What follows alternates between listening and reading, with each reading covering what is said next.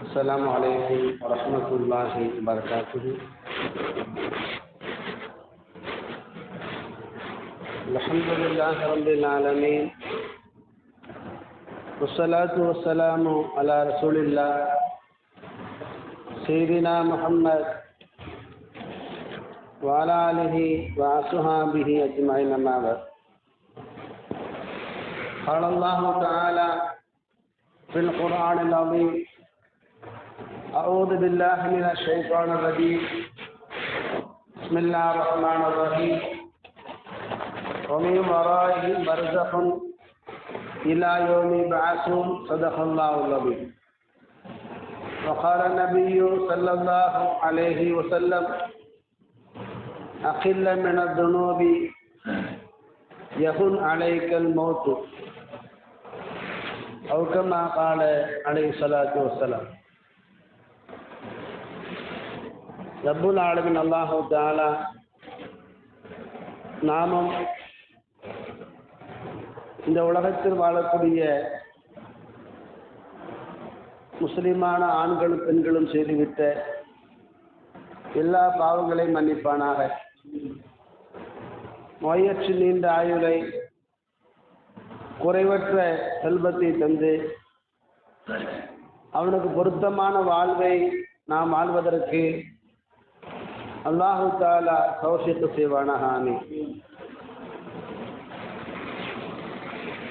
இந்த உலகத்தில் பிறக்கக்கூடிய ஒவ்வொரு மனிதனும்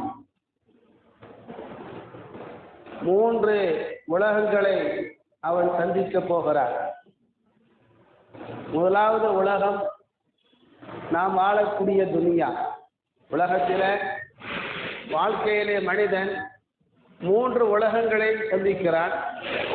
நாம் சந்திக்கிற முதலாவது உலகம்தான் நாம் இப்போது வாழ்ந்து கொண்டிருக்கிற துனியா உலகம். இதற்கு அரபியில துனியா என்று சொல்வார்கள். இந்த துனியா என்ற உலகத்தில் பெரும்பாலான மனிதர்கள் அநேகமாக 60 அல்லது 70 வயது வரையிலும் வாழுகிறார்கள். மிக குறைந்த மனிதர்கள் தான் 70 வயதையும் தாண்டி வாழுகிறார்கள். ஆக நாம் சந்திக்கிற முதலாவது உலகமான இந்த உலகத்தில் நாம் வாழக்கூடிய ஆண்டுகளோ சில ஆண்டுகள் தான். 100 ஆண்டு வாழ்வோம் என்று கூட சொல்ல முடியாது. அல்லாஹ் வாழச் செய்வானாக. உலகத்தில் மனிதன் வாழக்கூடிய ஆண்டுகள் சில ஆண்டுகள். இது நாம் சந்திக்கிற முதலாவது உலகம். இதற்கு துனியா என்று சொல்லப்படும். மரணத்திற்கு பின்னால் நாம் மண்ணறையிலே கபிரஸ்தானிலே வாழப் போகிறோமே, அந்த உலகத்திற்கு ஒரு பெயர் உண்டு. இந்த உலகத்திற்கு துனியா என்று பெயர் இருப்பதை போல கபிரிலே நாம் வாழப் போகிற அந்த உலகத்திற்கு பர்ஸக் என்று பெயர் சொல்லப்படும். குர்ஆன் ஷரீஃபிலே அல்லாஹ் சொல்கிறான்: வமின் வராயிஹிம் பர்ஸகுன் இலா யௌமி யுபஅஸூன். மரணத்திற்கு பின்னாலே பர்ஸக் என்ற அந்த உலகத்திலே மறுமை வரையிலும் மனிதர்கள் வாழ்வார்கள் என்று அல்லாஹ் தஆலா குர்ஆன் ஷரீஃபிலே பேசுகிறார். அந்த பர்ஸக் என்று சொல்லப்படுகிற இம்மைக்கும் மறுமைக்கும் இடைப்பட்ட உலகம்தான் அந்த உலகம். தெளிவாக கேளுங்கள். பர்ஸக் என்ற அந்த மன்னரை உலகம் இருக்கிறது. இம்மை இந்த உலகத்திற்கும் மறுமைக்கும் இடைப்பட்ட காலம்தான் நாம் மன்னரையிலே வாழக்கூடிய பர்ஸக் என்ற அந்த உலகம். சரி, உலகத்தில் 60 ஆண்டோ 70 ஆண்டோ 100 ஆண்டோ அல்லது அதையும் கடந்து சில ஆண்டோ வாழ்கிறோம். கபிரஸ்தானிலே எத்தனை ஆண்டுகள் வாழ்வோம்? கணக்கு உண்டா? உலகத்தினுடைய வாழ்க்கைக்கு ஒரு கணக்கே சொல்லுகிறோம். கபருடைய வாழ்க்கைக்கு கணக்கு கிடையாது. 100 ஆண்டுகள் வாழ வேண்டியது இருக்கும். கியாமத்து வரையிலும் மறுமை வரையிலும் ஒவ்வொரு மனிதனும் எங்கே தான் வாழப்போகிறான்? கபிரஸ்தானில் தான் வாழப்போகிறான். கியாமத் மறுமை எப்போது வரும்? நாம் இறந்து போய் நம்மை கபிரிலே அடக்கம் செய்த பிறகு 100 ஆண்டுகளுக்கு பிறகும் மறுமை வரலாம். 500 ஆண்டுகளுக்கு பிறகும் மறுமை வரலாம். 1000 ஆண்டுகளுக்கு பின்னாலும் கூட மறுமை வரலாம். மண்ணறையிலே நாம் எத்தனை ஆண்டுகள் வாழ்வோம் என்பதற்கு ஒரு கணக்கு கிடையாது. அது 100ஆகவும் இருக்கலாம், 1000ஆகவும் இருக்கலாம். இது நாம் சந்திக்க போகிற 2வது உலகம்தான் பர்ஸக் எனப்படுகிற அந்த மன்னரை உலகம். 3வது உலகம் இருக்கிறது, அதற்கு பெயர் தான் ஆகிரத். அந்த ஆகிரத்திலே நிரந்தரமாக நாம் வாழப்போகிறோம். உலகத்தின் வாழ்க்கை நிரந்தரம் அல்ல. 60, 70, 100, 100க்கு மேல. கபருடைய வாழ்க்கை 100, 500, 1000 எத்தனை ஆண்டுகள் அல்லாஹ் ஆளுகிறானோ அத்தனை ஆண்டுகள் மறுமை வரையில். ஆனால் ஆகிரத் என்ற மறு உலகம் இருக்கிறதே, அதற்கு கணக்கே கிடையாது. சொர்க்கத்திற்கு யார் போனானோ அந்த முஸ்லிம் நிரந்தரமாக காலமெல்லாம் சொர்க்கத்திலேயே இருப்பான். நரகத்திற்கு போன காபிர்களும் அல்லாஹ்வை ஏற்காதவர்களும் காலமெல்லாம் நரகத்திலேயே கிடப்பார்கள். இங்கே நாம் கவனிக்க வேண்டிய, விளங்க வேண்டிய விஷயம் என்னவென்றால், நாம் 3 உலகத்திலே வாழ்கிறோம். உலகம் 1 துனியா, 2வது பர்ஸக் கபரிஸ்தான், 3வது என்னதுங்க ஆகிரத் மறுமை. ஆக இந்த 3 உலகத்திற்கும் சேர்த்து நாம் அமல் செய்ய வேண்டியது எங்க தான் அமல் செய்யணும்? உலகத்துல தான் அமல் செய்யணும். உலகத்திற்கு வேண்டிய செல்வத்தையும் உலகத்துல தான் தேடணும். கபருக்கு வேண்டிய அமல்களை எங்க தான் தேடணும்? உலகத்துல தான் தேடணும். மறுமைக்கு வேண்டிய அமல்களை எங்க தான் தேடணும்? உலகத்துல தான் தேடணும். அல்லாஹ் தஆலா நம்மை உலகத்திற்கு உயிர் கொடுத்து அனுப்பினான். எதற்காக? உலகத்தை தேடுவதற்காக. எதற்காக? கபருக்கு வேண்டியதை தேடுவதற்காக. எதற்காக? மறுமைக்கு வேண்டிய அமல்களை செய்வதற்காக. உலகத்தையும் தேடணும், அதை விட அதிகமாக கபருக்கு வேண்டிய அமலை தேடணும், அதை விட அதிகமாக மறுமைக்கு வேண்டிய அமலை தேடணும். ஆனா நாம என்ன பண்றோம்? உலகத்தில் வாழ்ந்து கொண்டு உலகத்தை மட்டுமே தேடுகிறோம். உலகத்தில் வாழ்ந்து கொண்டு உலகத்தையே தேடிக்கொண்டிருந்தால் கபருக்கு யார் அமல் செய்வார்கள்? உங்கள் கபருக்கு, உங்கள் மறுமைக்கு யார் அமல் செய்வார்கள்? நாம் யோசிக்க வேண்டாம் அன்பர்களே. ஆக உலகத்திற்கு வந்து கபருக்கு வேண்டியதை தேடாமல், மறுமைக்கு வேண்டியதை தேடாமல், வாழும் காலம் வரையிலும் காசு காசு, பணம் பணம், வீடு வாசல், கடை வியாபாரம், சொத்து சுகம், மனைவி மக்கள், பேரப்பிள்ளைகள் என்று காலமெல்லாம் உலகத்திற்காக மட்டுமே உலகத்திலேயே வாழ்ந்துவிட்டு எத்தனையோ மனிதர்கள் ஒரு அமல் செய்யாமல், ஒரு அமலும் செய்யாமலும் அம்போ என்று போகிறார்களே, இது எவ்வளவு பெரிய துர்பாக்கியம். அல்லாஹ் தஆலா நம்மை எல்லாம் இப்படிப்பட்ட இறைவனை மறந்த வாழ்வையை விட்டும் அல்லாஹ் நம்மை பாதுகாப்பானாக. அன்பர்களே, மறுமைக்காக வேண்டி நாம் செய்ய வேண்டிய அமல்கள் ஏராளம் இருக்கிறது. மன்னரைக்காக வேண்டி நாம் செய்ய வேண்டிய அமல்களும் நிறைய இருக்கிறது. நம்முடைய முன்னோர்கள் கபருக்காக வேண்டி, மறுமைக்காக வேண்டி எந்த அளவிற்கு உழைத்தார்கள், அமல் செய்தார்கள் என்பதை நாம் அறிந்து கொள்வதற்கு 2 உதாரணங்களை மட்டுமே நான் சொல்ல போகிறேன். ஹஜ்ரத் அபூ தர்தா ரலியல்லாஹு அன்ஹு மிகப்பெரிய நபித்தோழர், ஒரு ஒப்பற்ற சஹாபி. ஹஜ்ரத் அபூ தர்தா சஹாபாக்களை பொறுத்தவரையிலும் அவங்க மௌத்தா போறதுக்கு முன்னாலேயே அல்லாஹ் என்ன சொல்லிட்டான்? நீங்க சொர்க்கத்துக்கு தான் போக போறீங்க. சஹாபாக்கள் உலகத்துல வாழ்ந்தாங்கல்ல, உலகத்துல வாழும் போதே அல்லாஹ் சொல்லிட்டான், நான் அவர்களை பொருந்தி கொண்டேன், அவர்களுக்கு சொர்க்கத்தை கொடுத்துட்டேன். அல்லாஹ் சொல்லிட்டான். நம்ம கனவுல வந்து அல்லாவோ அல்லது ரசூலுல்லாவோ அவுலியாக்களோ வந்து நீ சொர்க்கத்துக்கு போக போறேன்னு சொன்னா நாளைக்கு எங்கேயே வரமாட்டோம். பரியாசலுக்கு வருவோமா? எங்க போறேன்னு தெரியாமே வரமாட்டேங்கானே. சொர்க்கத்துக்கு தான் போறேன்னு தெரிஞ்சா ஒருத்தனும் எங்க அப்படி யாரும் சொல்லப்பட்டானோ நான் பள்ளிவாசலையே எட்டி பார்க்க மாட்டான். சஹாபாக்களுக்கு அல்லாஹு தஆலா உலகத்துல வாழும் பொழுது நீங்க சொர்க்கவாசி என்று அல்லாஹ் சொல்லியும் கூட சஹாபாக்கள் எதை விடல? அமல் செய்வதை விடவில்லை. ஹஜ்ரத் அபூ தர்தா ரலியல்லாஹு அன்ஹு ஒரு பெரிய சஹாபி, சொர்க்கவாசிங்க. அவங்கள்ட்ட கேட்கப்படுத்தி கம் துஸப்பிஹு ஃபீ குல்லி யௌமின், ஒரு நாளைக்கு எத்தனை முறை சுப்ஹானல்லாஹ் ஓதுவீர்கள் என்று ஹஜ்ரத் அபூ தர்தாவிடத்துல ஒரு ஆள் கேட்டார். நீங்க என்கிட்ட கேட்குறீங்க, நான் உங்கள்கிட்ட கேட்குறேன், சுப்ஹானல்லாஹ் ஒரு நாளைக்கு எத்தனை முறை ஓதுவீங்க என்று நம்மிடத்தில் கேட்கப்பட்டால் 100 முறை ஓதுறேன், 500 முறை ஓதுறேன், அவ்வளோதான் நம்மளால சொல்ல முடியும். ஹஜ்ரத் அபூ தர்தா என்ன சொன்னாங்க தெரியுமா? நியத் அல்பின், சொன்னால் ஆச்சரியப்படுவீர்கள். ஹஜ்ரத் அபூ தர்தா, நான் ஒரு நாளைக்கு 1,00,000 தடவை சுப்ஹானல்லாஹ் ஓதுகிறேன் என்று சொன்னார்.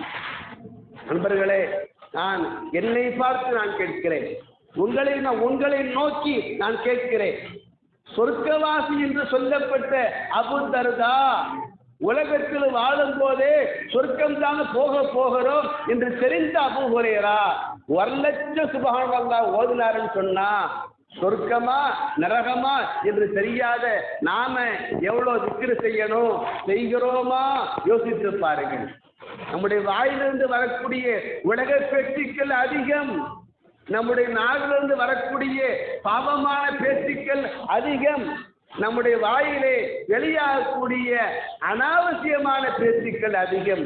திக்ர் கம்மி, தஸ்பீஹ் கம்மி, அமல் கம்மி. நண்பர்களே, அபூபக்கர் இப்னு ஐயாஷ் ரஹ்மத்துல்லாஹ், மிகப்பெரிய மகானுங்க அபூபக்கர் இப்னு ஐயாஷ். இது ஒரு பெரிய தலைப்பு, ஒரு வாரத்தில் பேச முடியுமான்னு தெரியல. அல்லாஹ் நாடக்கூடிய அளவுக்கு நான் பேசுவோம். அபூபக்கர் இப்னு ஐயாஷ் ரஹ்மத்துல்லாஹ் மிகப்பெரிய மகா, மிகப்பெரிய அவுலியா, மரணப்படுக்கையில கிடக்கிறாருங்க. யாருங்க? அபூபக்கர் இப்னு ஐயாஷ். பாடத்தை கவனிக்கிற மாதிரி கவனிக்கும், நல்லா கவனிக்கும். அபூபக்கர் இப்னு ஐயாஷ் மரணப்படுக்கையில கிடக்கிறாரு. பக்கத்து உஹுதுஹு, அவங்க சகோதரி அழுதாங்க. அபூபக்கர் இப்னு ஐயாஷ் ரஹ்மத்துல்லாஹ் அவங்களுடைய சகோதரி அழுதாங்க. என்ன நினைச்சு அழுதாங்க? நம்முடைய சகோதரர் மரணப்படுக்கையிலே கிடக்கிறார், அவருக்கு எப்படிப்பட்ட மரணம் வருமோ, அவருடைய மன்னர வாழ்க்கை எப்படி அமையுமோ, அவருடைய மறுமை எப்படியெல்லாம் அமைய போகிறதோ என்று கவலைப்பட்டு அண்ணன் அபூபக்கர் மரணப்படுக்கையிலே கிடந்த பொழுது தங்கச்சி அழுதாங்க. தன்னுடைய தங்கையை பார்த்து கேட்டாங்க, மா யுபுக்கி கி, சகோதரியே ஏன் அழுகிறாய்? என்னுடைய மரணத்தை நினைத்து நீ கவலைப்பட்டு அழாதே, என்னுடைய மன்னரை பற்றி கவலைப்பட்டு நீ அழாதே, நான் மன்னரையிலே சிறப்பாக வாழ்வேன். யார் சொன்னா? இன்னைக்கு யாரு சொல்லிட்டு போறா? இறந்து போகக்கூடிய மக்கள் எத்தனை பேர் சொல்லிட்டு போறாங்க, நான் நல்ல மௌத் எனக்கு வரும், நான் கபருஸ்தான்ல நிம்மதியா இருப்பேன், நான் சொர்க்கத்துக்கு தான் போவேன். எத்தனை பேர் சொல்லிட்டு போறாங்க? எத்தனை பேர் சொல்லிட்டு போகக்கூடிய மக்களை நம்மால பார்க்க முடியுது. இன்ஷா அல்லாஹ் நாம சொல்லிட்டு போகணும். மரணிக்கும் போகும்போது என் மௌத்து நல்ல மௌத்து சொல்லணும், என் கபரு சிறப்பாக இருக்கு சொல்லணும், நான் சொர்க்கம் போல சொல்லிட்டு போகணும். ஹஜ்ரத் அபூபக்கர் இப்னு ஐயாஷ் ரஹ்மத்துல்லாஹ் தன்னுடைய சகோதரிட்ட சொன்னாங்க, நீ அழாத சொல்லிட்டு சொன்னாங்க, உம்முரி இல்லா தில்க ஜாவிய, தன்னுடைய வீட்டில இருந்த ஒரு மூளைய, ஒரு குறிப்பிட்ட அறைய தன்னுடைய சகோதரிக்கு அபூபக்கர் இப்னு ஐயாஷ் காட்டாங்க. காட்டி சொன்னாங்க, தங்கச்சி இந்த ரூமை பார்த்துக்க, இந்த அறையை நீ பார்த்துக்கொள், நான் சொர்க்கம்தான் போவேன் தைரியமா சொல்றேன். ஏன் தெரியுமா? இதோ இருக்கிறத இந்த ரூமு, இந்த அறை, பக்கத் ஹதம அஹூகி ஃபீஹா சமானியத ஹஷர அல்ஃப ஹத்மா, உன்னுடைய சகோதரனா இருக்கக்கூடிய நான் நம்முடைய வீட்டிலே இந்த இடத்தில் மட்டும் என் வாழ்க்கையிலே 18,000 தடவை குர்ஆனை ஓதி முடித்திருக்கிறேன். எத்தனை தடவை? 18,000 தடவை இந்த இடத்துல மட்டும் நான் வாழ்க்கையில ஓதின குர்ஆன் 18,000. பள்ளிவாசல் எத்தனை குர்ஆனை ஓதினாரு அது அவர் சொல்லல. வரும்போது போகும்போது எத்தனை குர்ஆனை ஓதினாரு அவர் சொல்லல. நான் வீட்டில் மட்டும் 18,000 தடவை குர்ஆனை ஓதி முடிச்சிருக்கிறேன், நான் சொர்க்கத்துக்கு தான் போவேன் சொல்லிட்டு போனாரு அபூபக்கர் இப்னு ஐயாஷ் ரஹ்மத்துல்லாஹ். இதுவெல்லாம் நம்முடைய முன்னோர்கள் மன்னரைக்காக மறுமைக்காக நம்முடைய முன்னோர்கள் செய்த ஏற்பாட்டுக்கான சில உதாரணங்களை நான் சொல்லியிருக்கிறேன். நண்பர்களே, நாம் நம்முடைய மன்னரைக்காக என்ன செய்ய வேண்டும், நம்முடைய மறுமைக்காக நாம் என்ன செய்ய வேண்டும், நம்முடைய மறுமைக்காக நம்முடைய மன்னரைக்காக நாம் செய்வதற்கு 2 விஷயங்களை நான் சொல்லுகிறேன், கவனமாக கேட்டுக்கொள்ளுங்கள். ஆனால் இந்த 2 மட்டும் போதாது. மன்னரைக்கு மறுமைக்கு தேவையான 2ஐ நான் சொல்லுகிறேன். இந்த 2 மட்டும் போதாது. அல்லாஹ் நாடினால் இந்த 2ஐ நமக்கு போதுமாக்கி வைப்பானார். முதலாவது விஷயம், கன்சுர் உம்மால் இந்த கிதாபில் வரக்கூடிய ஒரு அழகான செய்தி. ஸல்லல்லாஹு அலைஹி வஸல்லம் சொன்னாங்க, யுபஅஸ் ரஜுலுன் யௌமல் கியாமா, கியாமத் நாளையிலே ஒரு மனிதன் கபரிலிருந்து எழுப்பப்படுவான். கபரை விட்டு ஒரு மனிதன் கியாமத் நாளையில எழுப்பப்படுவான். அந்த மனுஷன் எப்படிப்பட்ட மனுஷன் அப்படின்னு கேட்டா, லம் யத்ருக்கு ஷைஅன் மினல் மஆசி இல்லா ரகிபஹா. அல்லாஹு தஆலா ஒரு மனிதனை நாளை மறுமையிலே கபரை விட்டு எழுப்புவான். அந்த மனிதன் எப்படிப்பட்ட மனிதன், உலகத்திலே எல்லா பாவங்களையும் அவன் செய்திருப்பான், ஒரு பாவத்தை கூட விட்டிருக்க மாட்டான். எல்லா பாவங்களையும் விடாமல் செஞ்ச ஒரு பெரும்பாவி, ஒரு கொடும்பாவி மறுமையில எழுப்பப்படுவான். ஆனாலும் இல்ல அன்னஹு கான யுவஹிதுல்லாஹ, அவன் பெரும்பாவியாக இருந்தாலும் கூட உண்மையான முஸ்லிமாக இருந்தான். அல்லாஹ்வுக்கு இணை வைக்காத ஏகத்துவ கொள்கை உடைய உண்மையான முஸ்லிமாக அவன் வாழ்ந்தான்.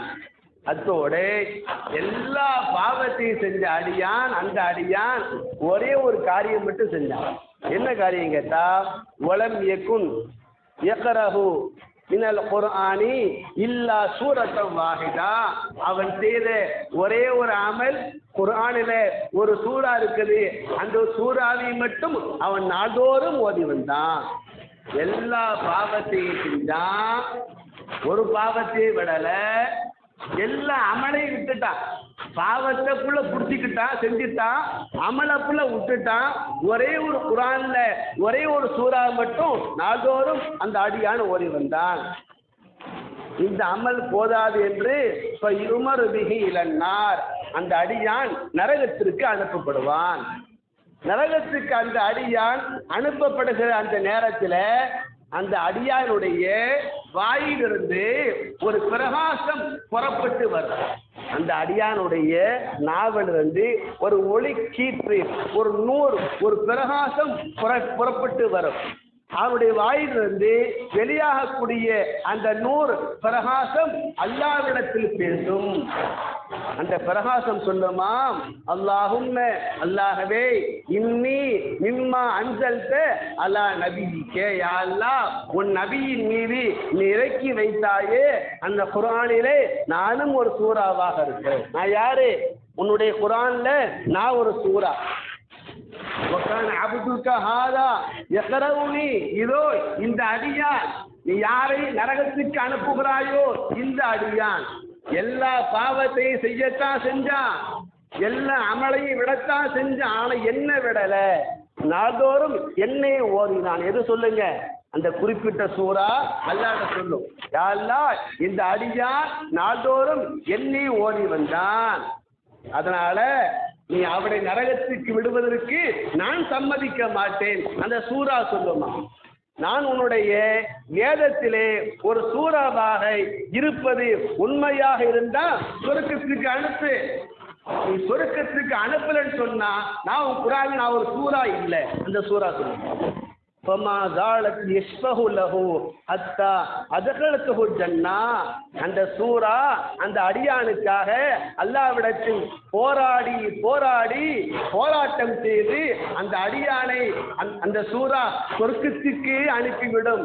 அனைத்து பாவங்களையும் செய்த அந்த அடியானை, ஒரு அமலும் செய்யாத அந்த அடியானை, அந்த ஒற்றை சூறாவை மட்டுமே நாள்தோறும் ஓதி வந்த அந்த அடியானை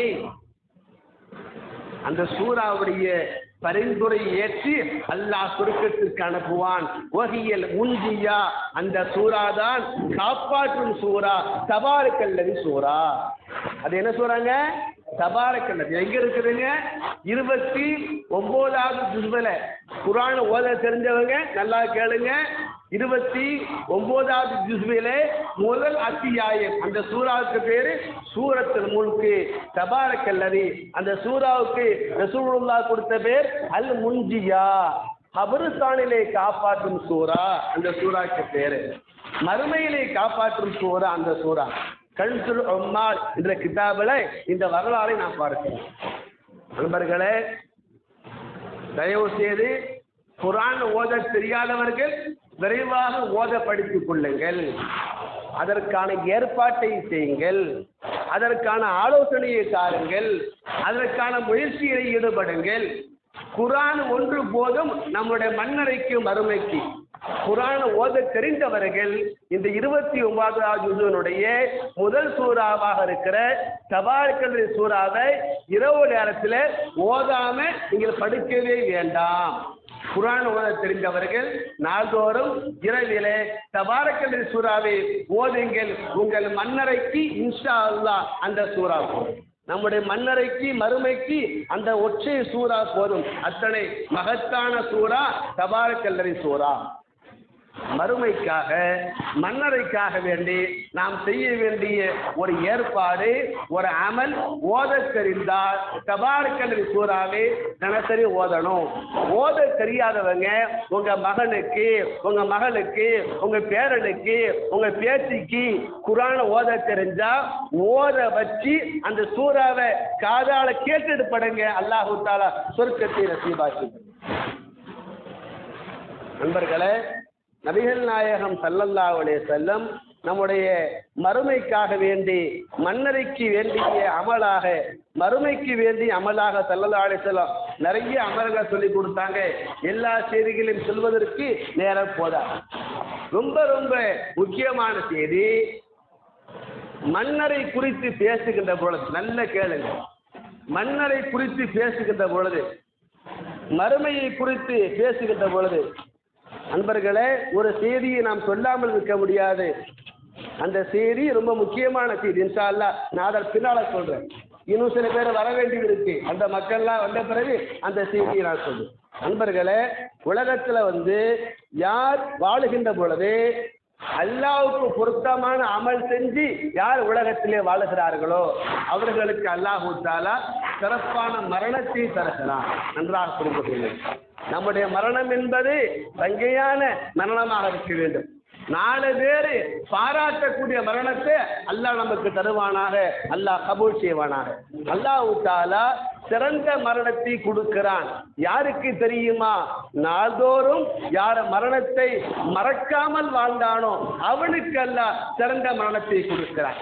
சிறந்த மரணத்தை அல்லாஹ் கொடுக்கிறான். யாருக்கு தெரியுமா? நாள்தோறும் அல்லாஹ் அல்லாஹ் என்று யார் சொன்னானோ அவனுக்கு அல்லாஹ் சிறந்த மரணத்தை கொடுக்கிறான். சிறந்த மரணத்தை அல்லாஹ் தருகிறான். யாருக்கு தெரியுமா? நாள்தோறும் குர்ஆனை யார் தொட்டானோ, யார் நாள்தோறும் குர்ஆனை பார்த்தானோ, யார் நாள்தோறும் குர்ஆனை படித்தானோ, யார் நாள்தோறும் குர்ஆனை சிந்தித்தானோ, யார் நாள்தோறும் குர்ஆன் படி வாழ முயற்சித்தானோ அவனுக்கு சங்கையான மௌத்தை அல்லாஹ் தருகிறான். சங்கையான மரணத்தை பெற்றவருக்கு ஒரு அழகான உதாரணம் சொல்ல நான் விரும்புகிறேன். அபுல் அப்பாஸ் ரஹ்மஹுல்லாஹ் அவர்கள் ஜுனைதுல் பக்தாதியை பார்க்க போறாங்க. ஜுனைதுல் பக்தாதி யாருங்க? மிகப்பெரிய அவுலியா. ஈராக் நாட்டினுடைய தலைநகர் பக்தாதில் வாழ்ந்த ஒரு பெரிய மகான் ஜுனைதுல் பக்தாதி. அந்த ஜுனைதுல் பக்தாதி அவர்களை பார்ப்பதற்காக அபுல் அப்பாஸ் போகிறார். தகல அலல் ஜுனைத் ஃபி வக்தி நஸ்இஹி. ஜுனைதுல் பக்தாதி ரஹ்மஹுல்லாஹ் மரணப்படுக்கையில் கிடக்கிறாங்க. ஜுனைதுல் பக்தாதி மரணப்படுக்கையில் கிடக்கிறாங்க. அவர்களை பார்ப்பதற்காக அபுல் அப்பாஸ் போகிறார். ஃபஸல்லம அலைஹி. மரணப்படுக்கையில் கடந்த ஜுனைதுல் பக்தாதிக்கு யார் சலாம் சொல்றா? யாரு? அபுல் அப்பாஸ். நல்லா கவனிக்கணும். அபுல் அப்பாஸ் ஜுனைதுல் பக்தாதியை பார்க்க போறாரு. ஜுனைதுல் பக்தாதி மரணப்படுக்கையில் கிடக்கிறாரு. அபுல் அப்பாஸ் மரணப்படுக்கையில் கிடந்த ஜுனைதுல் பக்தாதிக்கு சலாம் சொல்லுகிறார். பழம் இஜிபுகு. ஜுனைதுல் பக்தாதி மரணப்படுக்கையில் கிடக்காருல சலாத்துக்கு அவர் பதில் சொல்லல. அபுல் அப்பாஸ் பக்கத்திலேயே நிற்கிறார். சும்மா அஜாப பாத சாஅத்தில், சக்கராத்திலே இருந்த மரணப்படுக்கையில கடந்த ஜுனைதுல் பகதாதி சலாமுக்கு உடனே பதில் சொல்லாம கொஞ்ச நேரம் கழிச்சு வாலைக்கும் சலாம் என்று பதில் சொன்னாங்க. பதில் சொல்லிட்டு சொன்னாங்க, என்னை மன்னித்து கொள்ளுங்கள். நீங்க வந்த உடனே சலாம் சொன்னீங்க, நான் உடனே பதில் சொல்லல, பதில் சொல்ல தாமதமாயிடுச்சு, என்னை மன்னித்து கொள்ளுங்கள். ஏன் பதில் சொல்ல லேட்டாச்சு தெரியுமா? இன்னி குந்து தீவிரதி, நான் நாள்தோறும் வளமையாக ஒரு அமலை செய்து வந்தேன், விருதை ஓதி வந்தேன். விருதுன்னு சொன்னா காலை மாலை ஓதக்கூடிய சூறாக்களுக்கு, காலை மாலை ஓதக்கூடிய திக்ருகளுக்கு, காலை மாலை ஓதக்கூடிய துவாக்களுக்கு அரபியில் என்ன சொல்லுவாங்க? விருது. அந்த காலத்தில் சொல்லுவாங்க, அதெல்லாம் இன்னைக்கு மறந்து போச்சு. விருதுன்னு சொல்லுவாங்க. நான் காலை மாலை ஓதக்கூடிய அந்த திக்ரையும் அந்த சூறாக்களையும் அந்த துவாக்களையும் நான் ஓதிக்கொண்டிருந்தேன். எனவேதான் உங்கள் சலாமுக்கு பதில் சொல்ல தாமதமாயிடுச்சு. காலை மாலை ஓத வேண்டிய சூறாவை நம்ம ஹயாத்தா இருக்கும் போதே ஓதுறதில்லை. காலை மாலை செய்ய வேண்டிய திக்கிற நல்ல இருக்கும் போதே செய்யறதில்லை. காலை மாலை ஓத வேண்டிய சூறாக்களை நல்ல பலசாலியா இருக்கிற இந்த உலகத்துல ஓதுறதில்லை. அவர் சொல்றாரு, மரணப்படுக்கையில கிடக்கும்போது என்ன ஓதுறாருங்க? காலை மாலை ஓதக்கூடிய திக்கரை நான் ஓதிக்கொண்டிருந்தேன், எனவேதான் உங்கள் சலாமுக்கு பதில் சொல்ல தாமதமாகிவிட்டது என்று சொன்ன ஜுனைதுல் பகதாதி மரணப்படுக்கையில கூட எதை விடல? திக்கரை விடல. மரணப்படுக்கையில கூட சூறாவை விடல. மரணப்படுக்கையில கூட காலை மாலை துவாவை அவர் விடவில்லை. அப்புறம் சும்மா வல்லா வஜிகவும் இதில் கிபிலத்தி, கிபிலாவை நோக்கி தன் முகத்தை திருப்பினார். யாரு? ஜுனைதுல் பகதாதி மரணப்படுக்கையில கிடக்கும் பொழுது காலை மாலை ஓத வேண்டிய திக்ரை ஓதிட்டு கிபிலாவை நோக்கி முகத்தை திருப்பி கப்பர அல்லாஹு அக்பர் அல்லாஹு அக்பர் தக்பீர் சொன்னாரு. ஓ மாத்த அப்படியே மௌத்தா. எப்படிப்பட்ட மௌத்துங்க? மௌத்தா போகும் பொழுது ஒரு சலாத்துக்கு பதில் சொல்லியிருக்கிறாரு. மௌத்தா போகும் பொழுது காலை மாலை ஓத வேண்டிய திக்ரை ஓதி இருக்கிறாரு. மௌத்தா போகும் பொழுது அல்லாஹ் சொல்லிட்டு மௌத்தா போயிருக்கிறார். நண்பர்களே, மரணத்திற்கான தயாரிப்பை யாரை செய்கிறார்களோ அவர்களுக்கு அல்லாஹ் தஆலா இப்படிப்பட்ட சங்கையான மரணத்தை தருகிறார். நண்பர்களே, மரணத்திற்காக வேண்டி நாம் செய்ய வேண்டிய ஏற்பாடுகள், செய்ய வேண்டிய அமல்கள் ஏராளம் இருக்கிறது. அல்லாமா யஹ்யா இப்னு முஆத் ரஹ்மஹுல்லாஹ் அழகான ஒரு செய்தியை சொல்றான். யஹ்யா இப்னு முஆத், அறிவாளி யாரு? நாம நினைச்சிருக்க அறிவாளி வேறு. படிச்ச அறிவாளி, பட்ட வாங்கின அறிவாளி, பதவியில இருந்த அறிவாளி, 4 ஊடி இருந்த அறிவாளி, 4 கடை இருந்த அறிவாளி, இவர்கள் எல்லாம் அறிவாளிகள் கிடையாது. யஹ்யா இப்னு முஆத் ரஹ்மத்துல்லாஹ் சொல்றாங்க, அறிவாளி யார் தெரியுமா? 3 காரியங்களை யார் செய்வானோ அவன்தான் அறிவாளி. இந்த அறிவாளியாக அல்லாஹ் நம்மை கபூல் செய்வானாக. யாரெல்லாம் அறிவாளியாக ஆகுவதற்கு ஆசைப்படுகிறார்களோ அவர்கள் கவனமாக கேளுங்கள். அறிவாளி யாரு தெரியுமா? 3 காரியம் செய்யும். முதலாவது, மன் தரக்க துன்யா கபல அன் தத்ருக்கஹு, உலகம் அவனை கைவிடுவதற்கு முன்பே உலகத்தை யார் விடுகிறானோ அவன்தான் அறிவாளி. உலகம் நம்மை விடுவதற்கு முன்பே நாம் உலகத்தை விட்டால் நாம் அறிவாளி. உலகம் எப்போ விடும்? உயிருள்ள வரையிலும் உலகம் விடாது. மூத்தா போற வரையிலும் உலகம் விடாது. உடனே எப்ப கைவிடும்? நீ சேர்த்த காசி எப்ப கைவிடும்? மூத்தா போகும்போது கைவிடும். நீ சேர்த்த சொத்து எப்ப கைவிடும்? மூத்தா போகும்போது கைவிடும். நீ சேர்த்த ஊடு எப்ப கைவிடும்? மூத்தா போகும்போது விடும். உனக்கு இருந்த 10 கடை எப்ப கைவிடும்? மூத்தா போகும்போது கைவிடும். யஹ்யா இப்னு முஆத் சொல்றாங்க, உலகத்தை விடு, மூத்தா போகும்போது தான் அது உன்னை விடும். அதுக்கு முன்னால நீ விட்டுடு. உன்னை விடக்கூடிய உலகத்துக்காக வேண்டி ஏன் உழைக்கிற? உன்னை விடக்கூடிய உலகத்துக்காண்டி ஏன் காலமெல்லாம் மண்டையை போட்டு உடைக்கிற? உன்னை கைவிடக்கூடிய உலகத்துக்காக வேண்டி ஏன் பாடா படுற?